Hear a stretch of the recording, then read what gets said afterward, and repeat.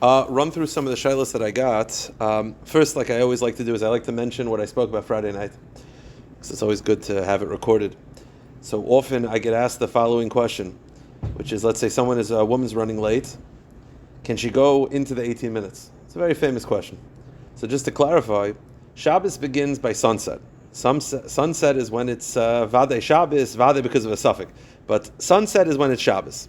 Women, though, have the minig to light 18 minutes before sunset. Why?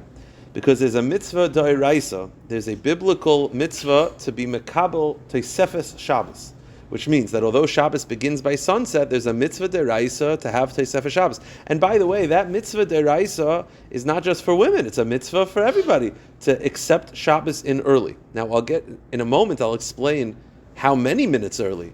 The minig amongst women is that because they're very careful in halacha, they accept Shabbos 18 minutes before sunset to mekayim the mitzvah tosefes Shabbos 18 minutes before sunset. Now, that being the case, if she's running late, it's not Shabbos 18 minutes before, it's Shabbos at sunset. So how many minutes into the 18 minutes can she go if she's running late? So this is where the misconception comes in. People assume you have all of the 18 minutes. That's not true. You do not have all the 18 minutes, because a Jew has to be mekabel tosefes Shabbos. And therefore, although she's running late and she's not going to be able to do all 18, but she has to do something. So what is the minimum amount of tosefes Shabbos, to accept Shabbos early, that every Jew must keep? And that you can't be driving or taking a shower or all these things. So there are some rishonim that imply even a moment. But I'll tell you the shita of Moshe Feinstein. It's very kedai. I think it's Siman Kuf Aleph. I think it's in the first Igris Moshe. It's such a kedai tshuva. It's a very short tshuva. It's talking about Ramoshe in a car. I think I've mentioned in the past, but it's such a yisaidistic tshuva. I'll tell you what happened. Ramoshe Feinstein, after candlelighting, got in a car and was driven to yeshiva. Now, there's no halachic problem with that, because men are not mekabel Shabbos with candle lighting, so there's no issue with him getting in a car. A certain person wrote Rav Moshe Feinstein a letter giving him musar, giving the leader of Klal Yisrael musar, that how could you get in the car? It's maris ayin. It looks so terrible, the optic of getting in a car after candle lighting. How could you do this? So Rav Moshe, you see a gadol b'Yisrael, Rav Moshe responds, I want to first thank you for giving me musar. He says, I thank you that you give teichacha lefidaitcha, that you attempted to give musar, and I'm not offended. And Rav Moshe says, I won't get in the car anymore after candlelighting. But you should just know it's 100% mutter. Why? Rav Moshe says a big yisaid. Maris ayin, which is doing something that's a bad optic, Rav Moshe says, Maris ayin does not apply to ignorance. Meaning, Maris ayin is you're doing something that Rabbi Olbaum would say, that seems funny. Like, what's a classic Maris ayin? You're taking meat and cooking it in almond milk. Even a Talmud Chacham would say, what are you doing? They don't know that it's almond milk, it just looks like meat and milk. But says Rav Moshe, that's Marasayin. But doing something that's completely permitted, but people that are ignorant, Amaratzim, who have no idea halacha, that's not Marasayin. I don't have to worry about them. So Rav Moshe says, everybody knows men are not mekabel Shabbos with candlelighting. So there's no problem, Marasayin. But I won't do it for you. Then Rav Moshe goes through the details. I think that Shabbos began, candlelighting was 4:11. I think he writes it's 4:11, which means Shabbos is 4:29. He says, I got in the car at 4:14, and I had plenty of time. It was like a 3-minute drive to the yeshiva. And he said, I definitely had time, and there was time before tosefes Shabbos, 4:27. And Rav Moshe writes, tosefes Shabbos is 2 minutes. That's what Rav Moshe writes. So it's clear from the tshuva that Rav Moshe held that tosefes Shabbos is a minimum of 2 minutes, and therefore, to wrap it up, this shaila, if a woman is running late, she does not have all 18 minutes, she has 16 of the 18 minutes, and men as well. 2 minutes before candlelight, 2 minutes before sunset, a man has to mekabel Shabbos. Now, is it better to say the words, I mekabel Shabbos to mekayim mitzvah tosefes Shabbos? Yes. According to some opinions, can you just refrain from doing malach and that's enough? Perhaps, but it's better to actually be mekabel Shabbos at least a minimum of 2 minutes before sunset. You're asking a good question, which is, what it's 2 minutes, and I haven't lit yet. Would I light? There is a sheet, I think, of the Ritva that says that it's even 30 seconds. It's seconds. So according to that, you should still light. But according to Moshe, you can't light anymore. What would I do? I think I would, I don't know. I'd have to ask a local Orthodox rabbi. I probably would light, but it means that you're losing out the mitzvah to sefer. You know what? I take it back. I'm going back to. I'd ask a local Orthodox rabbi. I'll bleed to check that up. Is Halachos Neiris and Sefer Shabbos, if they go at each other, which one wins? Okay, moving right along. Someone just called me right before. This is something I think we spoke about, but I just wanted to clarify because a lot of people don't know this, and I see this. I see this amongst men sometimes. Obviously, men, because I'm not, as you'll see in a moment, I'm definitely not going to see it amongst women. I see this amongst men, and not only is it considered like it's a grubazach, it's like not a refined thing. It's halachically a problem. Goyim do this. Jews don't do this. Someone called me up and they said that they have a kid, and they said the rebbe in yeshiva said that they're not allowed to talk in the bathroom. Is that true? So the answer is yes. The Ramah writes, it's in Siman Gimel, I believe, Siman Dalet, Siman Gimel, where it's Halachos beis haknesses. You're not You're not allowed to speak in the bathroom. It's considered disrespectful to use speech, which separates man from animal in beis haknesses. And it's something to be careful with. Now the Mishnah Berurah says if it's a tzorech gadol, like let's say your phone rings and it's it's the doctor or whatever. Okay, fine. But even that, by the way, the Mishnah Berurah says not while you're actually using the bathroom. When your body is actually expelling waste, you should not. Fine. But outside of that, it's something to be careful. You go to chasanas sometimes. You go to simchas, and in the bathroom, the guys are just talking to each other like friends. It's not that we don't do this. It's a subtle thing. We don't talk in the bathroom. That's not the way Jews act. And it's something that it's definitely something to be nizer in. Again, tzarech gadol is a tzarech gadol. She was talking about the fact that her son, he's like, to brush his teeth and he might need help. Okay, I say he's a kid. Fine, a kid's a kid. But as an adult, it's not something that something we should avoid. Just going to run through some of them. Someone called me up and asked me, why is it that we use Hebrew names for davening? And what do you do if you don't know the mother's name? So first of all, the reason why we use a name, and we don't just say, Hashem heal, their English name, is because the name of a person, their Hebrew name is mechuber their neshama. Their neshama is connected, is found within the letters of their name. And obviously when you're trying to heal someone, you want to get down to the real cause of the problem, which is the soul. And if you fix the soul, you usually fix the rest of the guf. Now, the Gemara tells us from Abaya says he heard from his mother, that whenever we daven for someone that's ill, or bechlal, brachas, or davening, we always use the mother's name. After they pass away, or for aliyahs, we use the father's name. For kavod, we use the father's name. But when you're davening a tefillah, it's the mother's name. Even though, by the way, I think Rabbi Genak told me that from Rav Soloveitchik. Rav Soloveitchik, we use the father's name for all tefillahs. But the Gemara, in the Pashtus, the Hanhag of Klal Yisrael, is to use the mother's name. It's from Abaya. Why is that? And what happens if you don't know the mother's name? So there's a Chuvas Gvul Yehuda, I think it's Siman Gimel. The Gvul Yehuda writes a couple reasons. One reason, and this is actually from the Zohar, he doesn't quote it, but the Zohar says the same thing. It's very practical. Shemaim is truth. You never really know it's the father. You know it's the mother. Because maybe the mother, wasn't so faithful or whatever.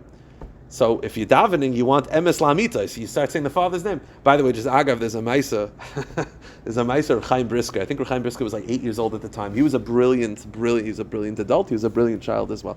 So the story goes that when he was 8 or 9, his Rebbe asked a question, which is, the halacha is that if your father and your mother ask you to get a cup of water, who do you give to? Your father. Because your mother is muzar and kiva baal. The question is, they asked for Chaim. He was a young kid. They said, but why? You know it's your mother. You don't know that it's your father. So it's a vada and a suffix. So Chaim looked at him, Chaim Brisker. Chaim Brisker said, so you're saying I should give my mother, I shall go covet to my mother by giving her a cup of water, which is my way of saying that I don't think she was faithful? So he says, Zeh gufei kvoide of the mother. You say, I trust that you're an honest woman. Anyway, so the point is, so that's one answer, but there's a second answer that the Gvul Yehuda goes with. I think it's a fundamental answer, and that is, practically, women do less averis than men. The two main averis that get most people is bittul Torah, which women don't have because they're not muzar, and arayas, which women are not they're not as schlepped down in. So he says when you're davening a tefillah for someone to get better, the last thing you want to do is mention someone that's mali averis. So statistically, men do more averis than women. So you're going to start mentioning the father's name in Shemaim. It's going to do more damage. Mention the mother's name. Women are more by shanim rachmanim and gomel chasadim, and they do less averis. So it's going to be more and more rachmim if you karachim karachim ha'em. That's but practically, but the Stipler says all of the Rav Avadia has a tshuva where he quotes all this, and he says this is all very nice, but it shows you that if you don't know the mother name, it's not the end of the world, and therefore if you don't know the mother's name, you can use the father's name. And the Chazon Ish used to say that if you don't know the father's name, they use the last name. Shem Mishpachti. Use the family name. Because it's not like a make it or break it. Okay, a couple more. Someone asked me recently about being a sandek. And I asked, so he was trying to figure out, is it better to be sandek, Kriyas Hashem? So I said, was he sandek for your other son? He said, yes. I said, then don't do it. We generally are not sandek for two sons. One person is not sandek for two brothers. That's the general Hanhaga. I'll explain in a moment why. And therefore, it's better to give another kibbud. Ended up going Kriyas Hashem. It was beautiful. So what's the pshat of this? Why is it that there's such a minig that we do not do sandekayos? That one person is not sandek for two brothers. So the Maril, one of the early Rishonim, Ashkenaz Rishonim, he writes in Hilchos Milah, Mari Segel kishenase hu bal habris vu kare sandek bloshen chacham. When the Mari Segel was the sandek, he would go to the mikveh. Back then, mikvah was not like it is by Chassidim. He went to the mikveh. He went to the mikveh as a kovid tahara for being a sandek, and he said, "Gadol mitzvahs bala bris mi mitzvahs hamoil." The sandek is more chashiv than the moil. That the legs of the sandek is like a mizbeach, and by him holding the baby, he's like being makter ketoris. Okay, and therefore he said, tam kasav rabbeinu peretz. Mash ein koiflin losses bon of lebal bris achad pa'amayim rechol ben boyer lebal bris mishum deitmar per kama diyuma koyin shekta ketaris pamachas l'shin aloyloyl. The halacha was that the koyin who did the ketaris was never, you didn't give it to him twice. You only did the ketaris once, because ketaris has a skula for ashiras, and you got to spread the wealth. So because the koyin was not makter ketaris twice, they would pass it along. So too, if a sandek is like makter ketaris, you shouldn't be a sandek for two brothers. It's brought down by the Ramah in Yeridei Reish Samach Sif Yud Aleph. So we're not sandek for two brothers. Now, by the way, just agav, the Gra had a good taina. The Gra said, I understand. So you're telling me the reason why you're not sandek for two brothers is because it's like the kohen who did the ketaris, and we don't allow the kohen to do the ketaris twice. So then you should never be a sandek twice. Forget about two brothers. You shouldn't be a sandek for two people. It should be that once you're sandek once, you're done forever. And the Gra says, "Devarav ein lahem shachar." The words of the Ramah have no sunrise, have no light. Then you should never be sandek twice. And then the Gra, by the way, ends off, and he says, "Loyal loyreinu sandek shemasasha." I've never seen a sandek become wealthy. The Gra was probably a sandek yom v'layla. He said, I haven't seen a sandek who becomes wealthy.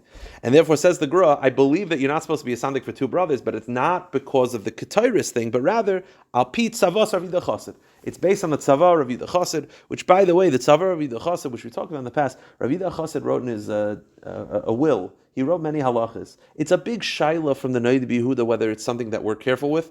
If I were to go through them with you guys, some of them you've heard of, some of them very strange.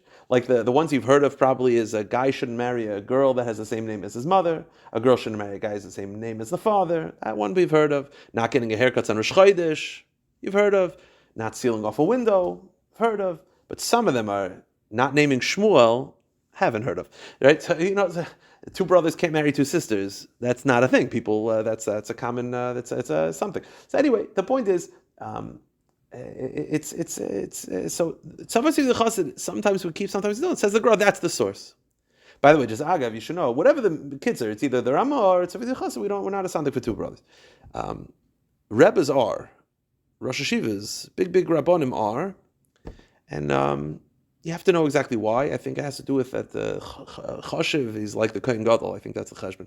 Meaning the Kohen, it doesn't do it twice, but you know who did it all the time? The Kohen Gadol. Every Yom Kippur, the Kohen Gadol did it.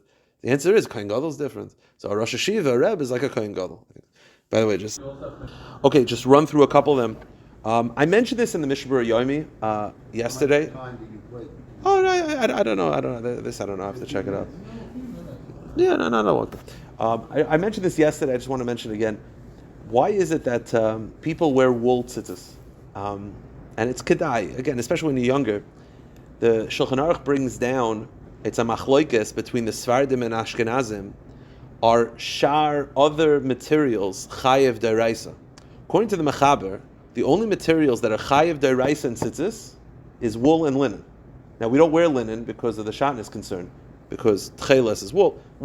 The kitzur, wool is deraisa. According to the Shulchan Aruch, every other material, cotton, all these things, is only derabana. The Ramah says that we paskin, Ashkenazim paskin, that all materials are deraisa. But says the Mishabura, how do we fare practically? Says the Mishabura, wear wool. If you're wearing, why choose derabanan when you could be Mekayim a mitzvah deraisa, l'kuli yom l'chol deis? And yes, it's a little bit warm, and in the summer months I hear people complain. It's not too hot outside. Now is a good time to jump on the wool train. It's a little bit more expensive, but it's kedai. Again, the Mekayim mitzvah derais as opposed to mitzvah derabanan. The reason why we wear strings that are wool is because the halacha is that if you're wearing a beged that is non-wool, you have a choice. Wool works on every beged. Wool is like the magic, it's like the Joker. It works on every beged.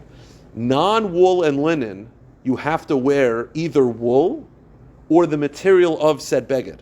So on cotton, your choice would either be wool or cotton. The hanhag of Klal Yisrael is we use wool, especially because tchelis is wool. Tchelis has to be wool. And therefore, it's just hanhag is you always use wool, therefore it covers all begadim.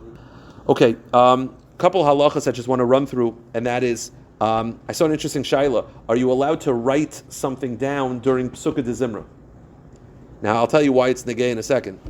During pesukei de zimra, you're not allowed to talk. The question is ksiva a hefsek? Is writing considered a hefsek? So Reb Chaim Kanievsky in Halachos Chaim, he's megal.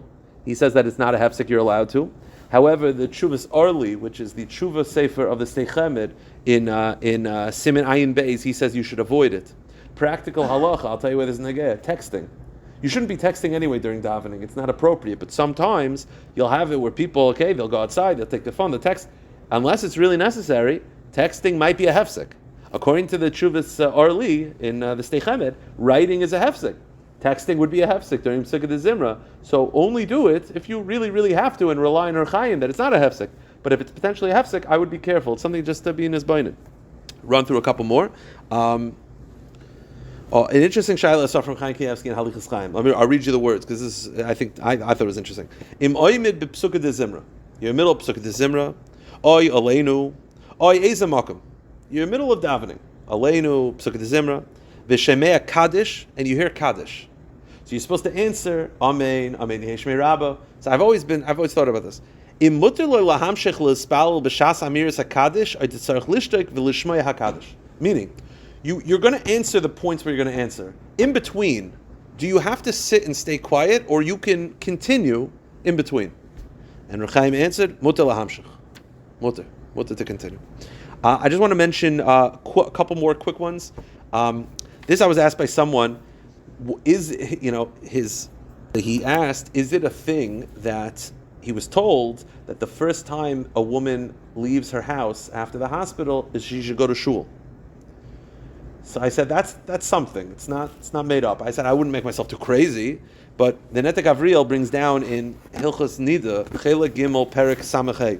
He says Yeledes Achar Haleda, a woman who gives birth after giving birth, Im Avar Hazman Shezkuk L'Shmira. Meaning,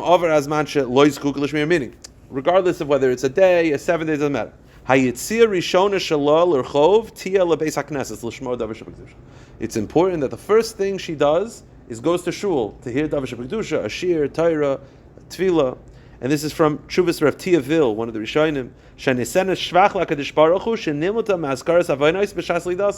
it's a way of thanking Hashem, especially if you hold that women don't bench gomel, which is itself a shayla, not going into right now, but a way to thank Hashem is the first place she goes is she goes to shul. In the Rav Yosef Eibshitz in place, he says, of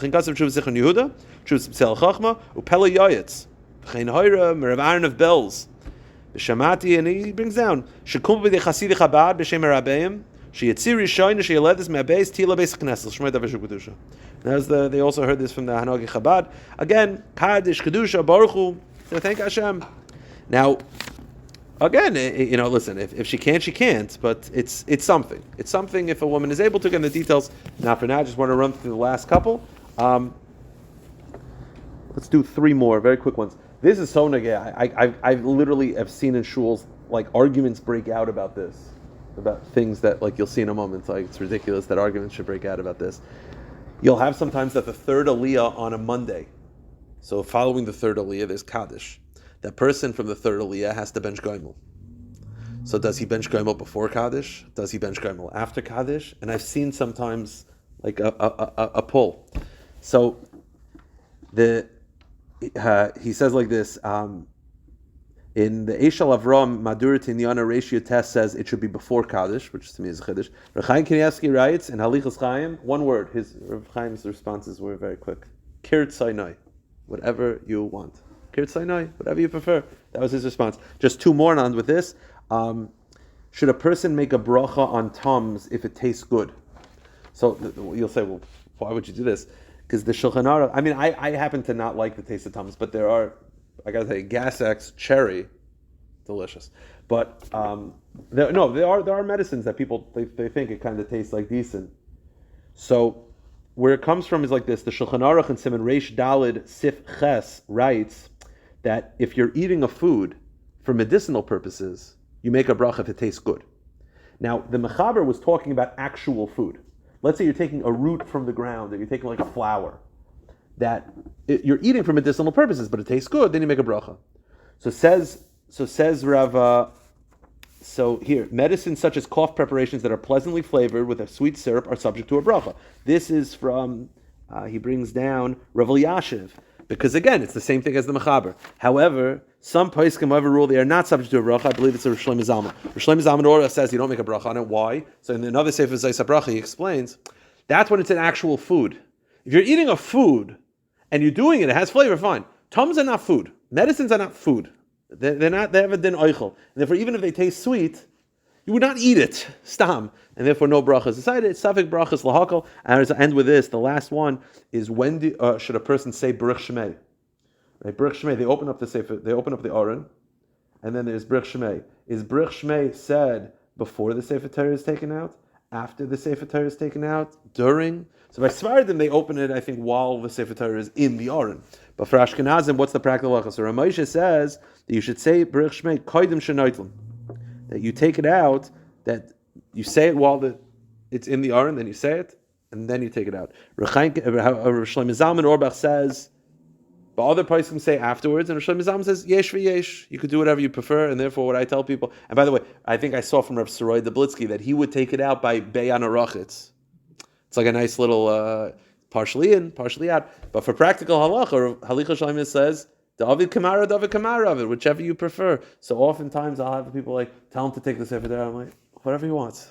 Take it out, don't take it out. It's David Kamarav, it's all good. That was happening. Yeah, that's a good point. That just to clarify on the halacha that I just said about brachas on medicines, Rosh Shlomo Zalman's Yisoid is that because it's not food and you wouldn't eat it unless it was medicine, you don't make a bracha. You're right. If you're eating Ludens, let's say, and you're literally doing it like because it's sweet tasting like a snack, it happens to also do medicinal purposes. But mamish, like you're doing it like a candy, then yeah, I think a bracha would be recited according to everybody.